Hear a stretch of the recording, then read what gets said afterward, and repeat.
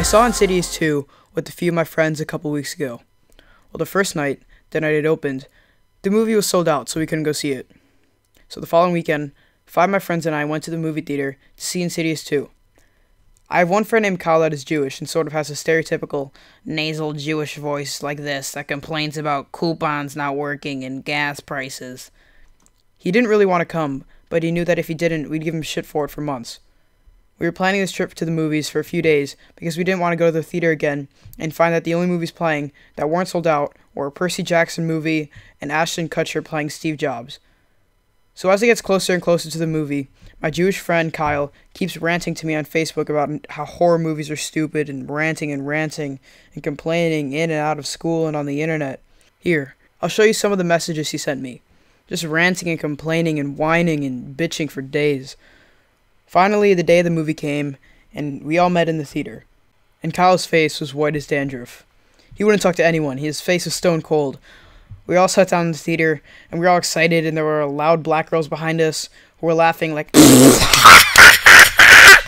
and throwing popcorn, and they were excited. The theater was packed. There was a good vibe to it. Then the producer's logo starts showing up, the beginning credits, and Kyle covers his face with his hands. We all get fucking pissed at him, so we start throwing Skittles at him, but he won't budge. He's covering his eyes, and he told us he was tired and he wanted to go sleep. There's no way he wanted to go sleep, though. There's no way you're going to sleep either in a theater packed with loud black people, in a horror movie, too. So the movie starts, and it goes on, and everyone's screaming, and I'm pretty scared, and so are my friends. And at one point, one of my friends and Kyle left the theater because they were so scared, and they had their ears covered for the whole movie.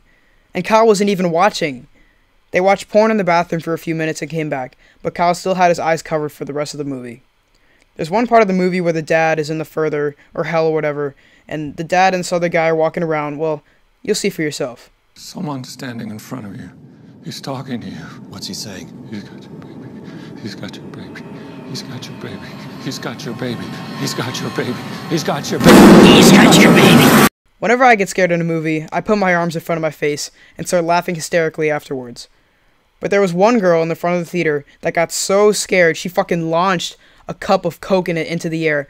So far up, it passed the top of the screen, and it came down, and everyone in the front row is looking up like, oh, we can't avoid this. And it rains all in front of the whole row, and they're covered in Coke from the bottle. It was a large bottle, too, and they're just all wet, and oh my god, it was hilarious. We were laughing so hard, because just imagine being in the back of the theater, and you see a front, and you see just a bottle of Coke just fly up. I didn't even hear him. I didn't hear her scream, but obviously she probably did.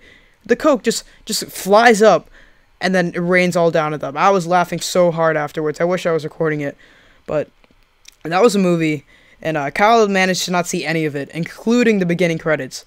And we give him shit for it today. It may be a dick move, but no one's stopping us.